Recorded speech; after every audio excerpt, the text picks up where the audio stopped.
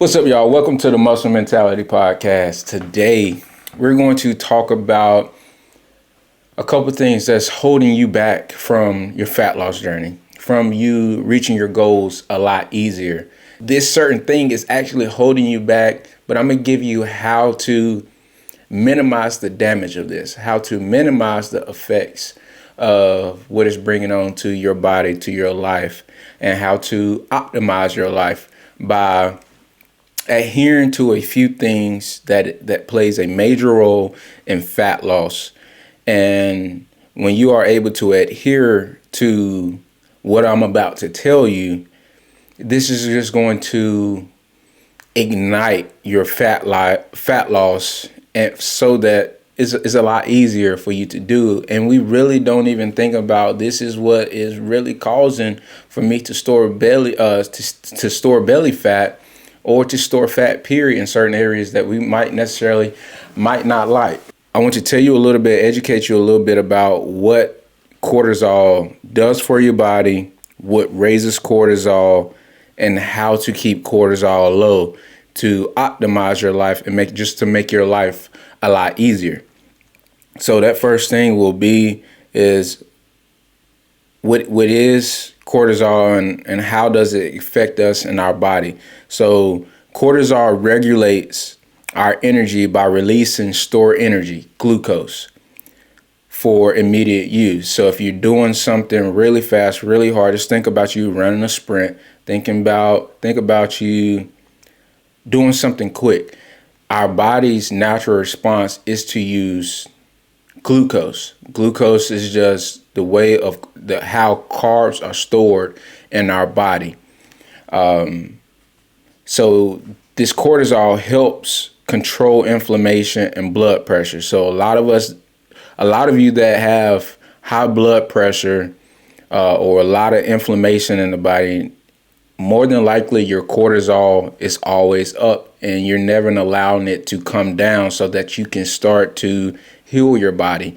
And let's look at it from a healing aspect and not just a fat loss aspect, because if you're trying to heal your body's naturally going to get rid of what it doesn't want. So the inflammation, any type of itis that you have, any type of extra fat that you have on the body is going to get rid of it, because your body is just that smart. But you have to allow it to thrive in those moments and do what it does best, which is help heal and repair the body. So it helps keep you alert during stressful times. And during those stressful times, your cortisol rises. So a lot of you're under a lot of stress and you don't even realize it, from work to life to the physical stress that you put on your body, everything that you do. And stress can be anything that the body deems as a threat. And not all, we actually need stress. We need to be able to get through stress to be able to improve in order to get better. So your cortisol rises when you work out. That is stress on the body. That is good stress. Cortisol rises when you're stressing about work. And a lot of times when we stress, we stress about things that we can actually control. But we're not controlling it. And then we make excuses for why we're not controlling it when it's actually in our hands, that we can actually minimize the damage that this stress is going to have on our bodies. So what raises cortisol? So chronic stress, so from the work, family, finances, or anything like that. A big one is poor sleep. Most people don't think about sleep as something that affects their stress. But if you find yourself stressing a lot, I guarantee you're a person that doesn't sleep very well. And I preach sleeping eight hours, sometimes 9. And if you're a mom, you're a lady, you should be probably sleeping a little bit more than men. Some of you might be able to thrive on less, but I say 8 hours because some of you might be able to thrive on 6, but you're actually in bed, you're resting, you're sleeping for 8. because the quality of the hours is what makes or breaks your quality of sleep. So you want to get good quality. I'd rather you sleep 8 hours, and 6 of those 8 hours are good quality sleep versus you sleeping for 10 hours and 5 of those hours were good quality sleep. So the better quality sleep, the more you're into that REM cycle of your sleep cycle, is what you want to improve on to get better, that deep sleep. Overtraining or intense exercise without recovery. So not the only way that our body is able to truly recover is through good sleep, proper rest and recovery, and mainly your body repairs while you're sleeping, not while you're just sitting here going throughout your day. You might not be doing anything hard in that moment, but that is not what good rest and recovery comes in at. Skipping meals or eating too little. So that has everything to do with your metabolism. So I know a lot of y'all are saying, well, what about fasting, Jay? So when you fasting, you're not restricting yourself from calories. So you're just minimizing your eating window. So you're still having fats, carbs, and proteins. You're just minimizing your eating window. And so instead of you eating all day, because if you eat too much, too many times, and too much, you bringing in too much, and whether it's good or bad, that can play an effect on your cortisol as well. Not just by eating too little or skipping like meals. Because I skip meals, my cortisol is low, which means my stress levels are low. But when I do eat, I'm pretty much eating some good quality foods, and I'm not putting my body under a lot of stress. So if you're overweight, obese, you can do without food, and your body won't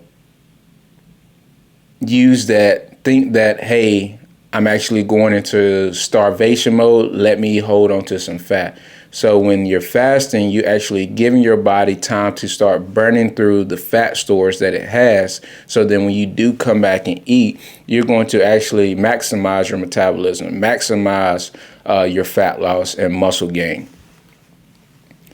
Another thing, too much caffeine. I drink coffee, but what is too much caffeine or what is too little caffeine depends on the individual.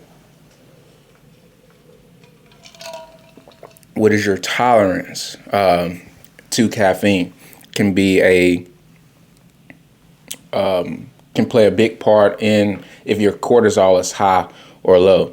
So how to keep cortisol low will be mainly to sleep 7 to 9 hours every single night, not every other night. So if you do, a lot of people think that I can sleep good Monday through Thursday, 7 to 9 hours, sleep good and all that. But then when the weekend comes, they turn it up, partying, not sleeping the best. And if you're not sleeping the best or getting to sleep on time at the same time, waking up at the same time, your body doesn't know what's going on. It will perceive that as a threat.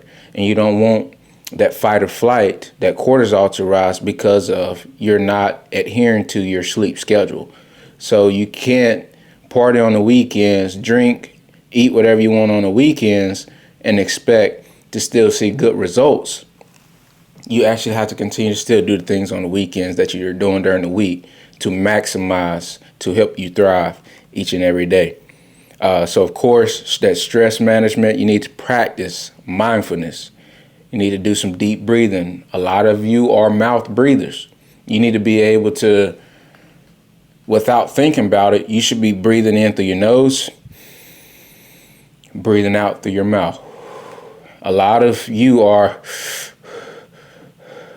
mouth breathers and you don't even realize it. We're naturally nasal breathers. So if you look at a newborn baby, the doctors, the nurses, they'll tell you, make sure you're not, when you're feeding them, make sure you're not covering up their nostrils, because that's how they're naturally breathing, and that's how you should be breathing. But breathing is a it's something that we lose. It's a practice that we lose because we're not practicing it enough. So make sure that you are paying attention to the way that you breathe when you're walking, when you're breathing hard, you're working out.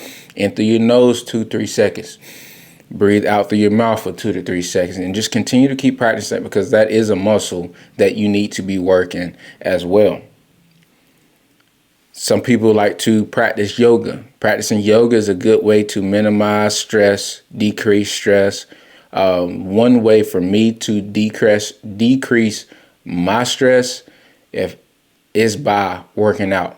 And of course, I just said that working out causes stress, but working out is a good stress that I put on my body because it relieves the mental stress that might be going on in life over some things that I can control or that I can't control. So that is my way out. That is the way that is my therapy, mentally as well as physically. Is actually working out, going for runs, biking, walking, lifting weights, doing stuff like that. Balanced nutrition, like you're eating enough calories, eating enough, not too much, eating enough calories, and those calories come from proteins, fats, and carbs. And we know that if we're looking at calories, if you're tracking calories, which I hate doing, if you hate doing it, why are you going to do it to get to a certain goal? Because you're not going to be able to, it's not sustainable. You already know you hate it, so you're not going to be able to stick with it. So I don't suggest counting calories, because if you stick with eating whole foods, healthy fats, healthy proteins, healthy carbs, your body's going to know exactly what to do with it. And as long as you're not eating all day, you're great. You're heading in the right direction. Exercise wisely. So exercise every day, but be smart. Strength train 3 times a week: Monday, Wednesday, Friday, Tuesday, Thursday, Saturday. And on those other days, you're just getting in 10,000 steps, getting that movement in, just walking. You don't have to go run miles and miles. Just get those steps in each and every day. So insulin is a biggie. We need insulin. And when most people talk about insulin, it's always from a negative standpoint, but you actually have to have insulin in your body, because if you bring in a lot of sugar and a lot of carbs, your insulin is going to rise to minimize the damage that what it's doing in the body, in the bloodstream. So insulin is a hormone made by your pancreas that helps your body use sugar from food for energy, or it will store it for later use. And glucose can be stored, sugar can be stored in your muscles, your liver, your pancreas, but it's where you want these things to be stored and how much of this to be stored will be depending on if you're healthy or unhealthy, will be depending on how your insulin actually works. So if you got to think about, most people think about insulin, especially if they have diabetes or something. You want to keep, if you have diabetes or a lot of inflammation, more than likely you're insulin resistant. So insulin resistance means that your insulin isn't doing what it's supposed to be doing to keep your blood sugar from rising so high and spiking. So if your insulin isn't doing what it's supposed to be doing, that's where the diabetes, the extra inflammation comes in at. So now you got to know how to regulate that. How do you regulate how your insulin works? Is by making sure that your body fat percentage isn't too high. You're not overweight or obese. And how to regulate that blood sugar will be what you eat, how you eat, how often you eat, and what quantity. So if it's a lot of carbs at once, that'll be how hard your insulin, your pancreas and stuff have to work, versus if it's some good whole food. So in the body, glucose is glucose. It gets stored the same way. But the carbs that come from fruit versus the carbs that come from ice cream, it's not the same. They don't get used the same because it's all the extra structures that the fruits have, like the fiber content, all the other things that actual ice cream and sugary drinks and stuff don't have. So what keeps your insulin high will be how many times you eat during the day. So that's where a lot of fasting comes in at. That's where these low sugar, low carb diets come in at, to where you're not spiking that insulin all the time. You're keeping it low, you're keeping it minimized. So if you're eating all the time, your insulin is high, your cortisol is high. If you're under a lot of stress, chronic stress, it's going to be linked to your cortisol. So your cortisol is up, your insulin is up. And if those two things are always up all the time, then you're guaranteed to be storing fat instead of losing the fat that you're looking to lose. So how can you keep this low? Is by eating balanced meals. You can still include, if you're going to have carbs, look at carbs as fiber.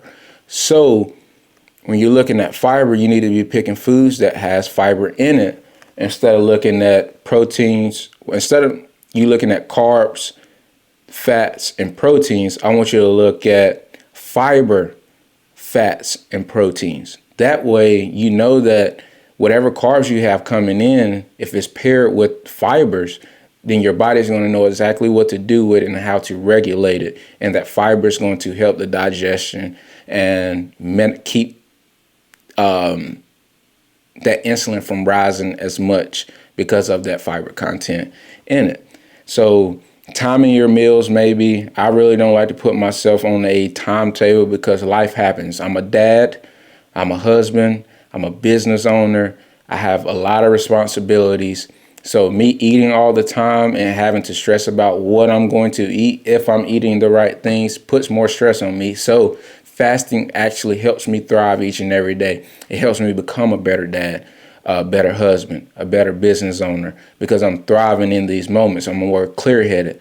I'm able to be quick on my feet, and I'm not feeling sluggish and tired all the time. I have that good energy.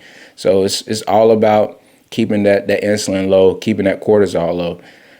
The type of carbs that you choose, like if you're choosing white bread, any white bread, your sweets versus like veggies and fruits, whole grains, those will make the body react in different ways, make the blood react in different ways, depending on how you're consuming, what you're consuming. So, and staying active. Staying active is a great way, the most amazing way to keep that insulin low, cortisol low, is by working out. So although we think about your insulin is about what you're eating, what you're doing, it's controlled by what you're not doing as well. So making sure that you stay active, you stay moving. So if you eat something, go for a 10-minute walk. It keeps the blood sugar low, which keeps your insulin from rising. It keeps it low as well. So make sure that you're moving. The more you eat, the more you should be moving. So that's where the 10,000 steps come in. That's where the strength training 3 times a week to build the muscle. So now your muscles, the muscle that you have, the more you build muscle, is going to allow you to be able to eat things that might not be the best for you, so they don't have as much damage to the body and to your mind. So strength training, walking after meals can help improve that insulin sensitivity. So now, how does the cortisol and the insulin affect your fat loss? So when cortisol is high, your body holds onto fat, especially around the belly, because it thinks you're in survival mode. It thinks that you're in survival mode. That means you're in starvation mode. It's going to keep it onto the body. Now, if you're fasting and then you're bringing in you're consuming a lot of food at once for maybe like 1 meal a day, maybe 2 meals a day, depending on your eating window, it's going to help minimize the damage. If anything, it's going to benefit you, help you speed up your fat loss. High insulin levels make it harder to burn stored fat because your body is focused on using sugar for energy. And what you want to be able to teach your body to use fat as energy. So that's why you keep the carbs low. That's why you fast, because if you're fasting, you have nothing coming in. If you don't have anything coming in, your body now has to use the fat on your body, because you got to be able to, me sitting here, I'm fasted right now. My body is using the energy that's on my body for me to talk to you, to be here with you, to thrive each and every day, to get through my workouts. And yes, I love working out. I can go all day. I hate training. I hate working out on a full stomach. I can't do it. Some people can. I can't. I feel better. I don't care if it's 2, 3 o'clock. I don't care if I done 24 hours fasting, haven't ate anything. I don't want to eat close to my workout before I work out and train, because I don't feel good. I don't feel energized. If anything, the food puts me down. I'm just not as energized. So, and most people think, oh, I have to eat before I go work out because I need the energy. No, you got to allow your body to use the energy that's on this body from the fat to be able to get you through your workouts. And remember, fat is worth 9 calories. 1 gram of fat is worth 9 calories. 1 gram of carbs is 4 calories. So your fat is more expensive. So if it's more expensive, why don't you use the most expensive thing to get the most out of it? Mindset, baby. So we're going to minimize the damage of what these two things do by making sure that we prioritize our sleep. So poor sleep increases both cortisol and insulin resistance. So aim for consistent bedtime routines. Going to bed at the same time, also waking up at the same time. 7 days a week. 7 days a week, 24/7.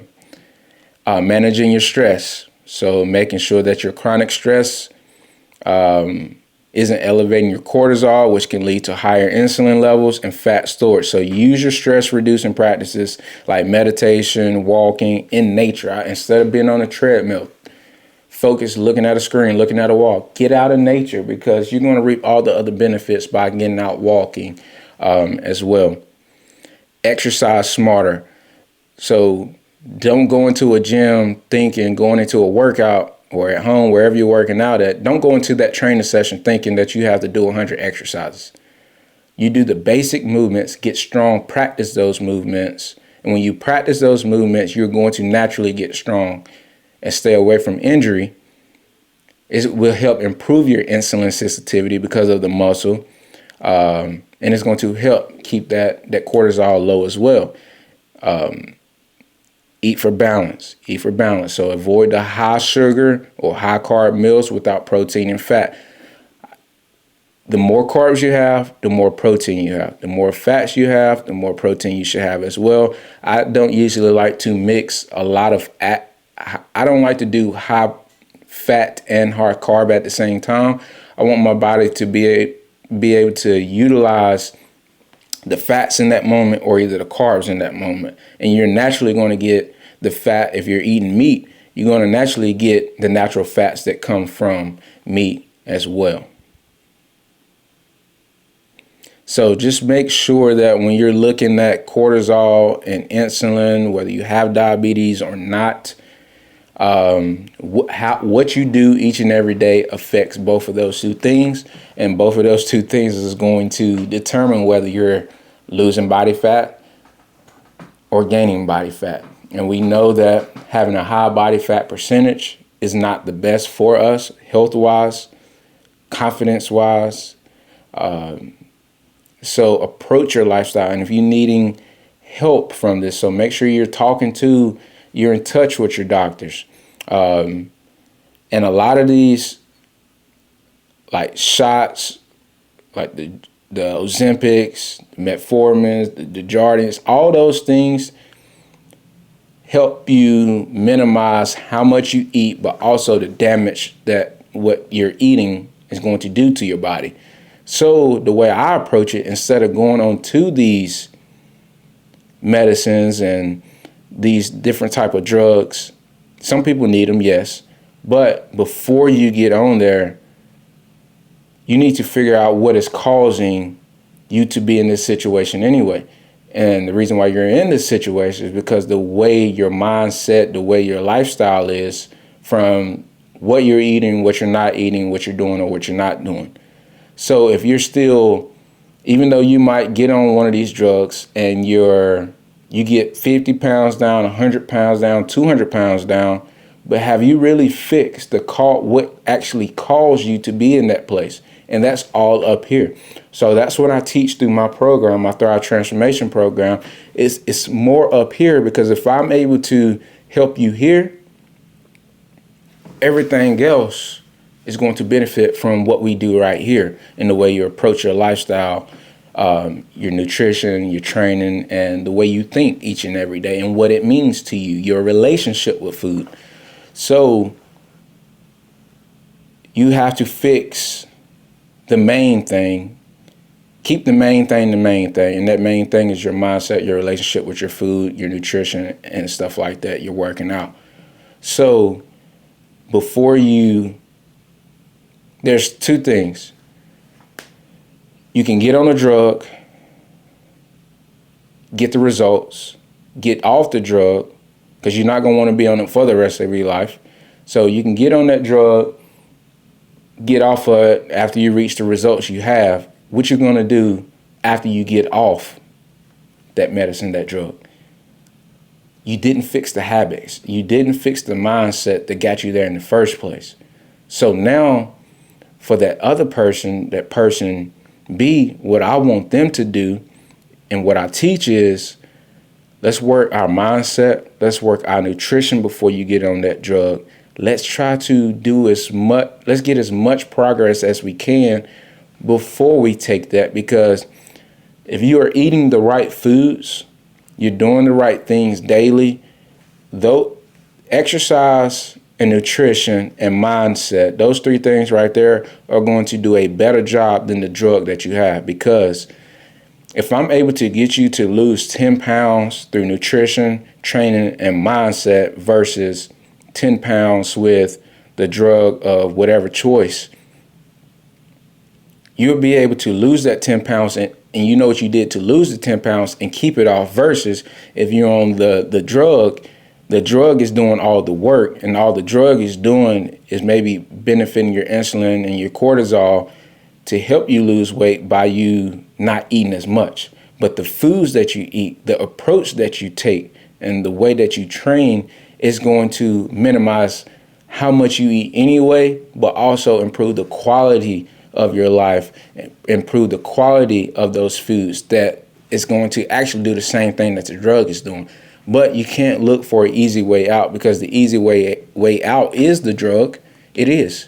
And it's hard to overcome things that might scare us.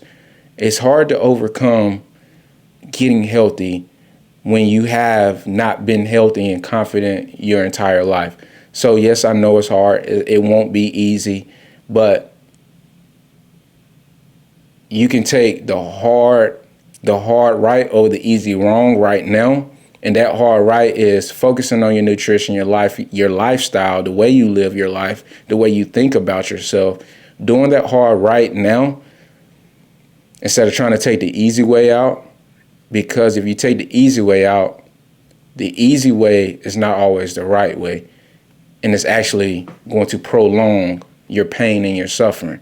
So let's go ahead and put our mind to the test. Let's go ahead and pivot in the right direction. Let's go ahead and fix the things that got us here in the first place. So now let's say there's a third person that's fixing their mindset, training, nutrition, but also taking a drug. That person will also have a great relationship and a great experience, because now all those three things, those main things before the drug, is going to help them get them to their goal. On top of the drug, is going to help them increase how fast they get to their goal. But when they get ready to get off that drug, they still got the things in place to keep that weight off, to keep that right mindset.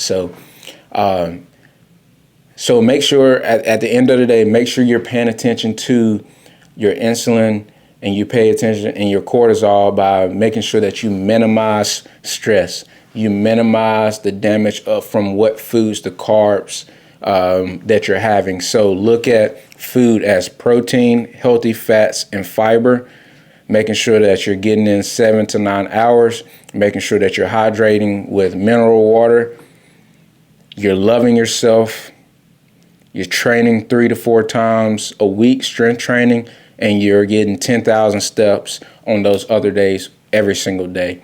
And just love yourself. Be happy. Be happy. Minimal stress, if possible. Control the controllables. If you can't control it, there ain't no need of stressing over it, dwelling on something that you can't control. You have to give that to God.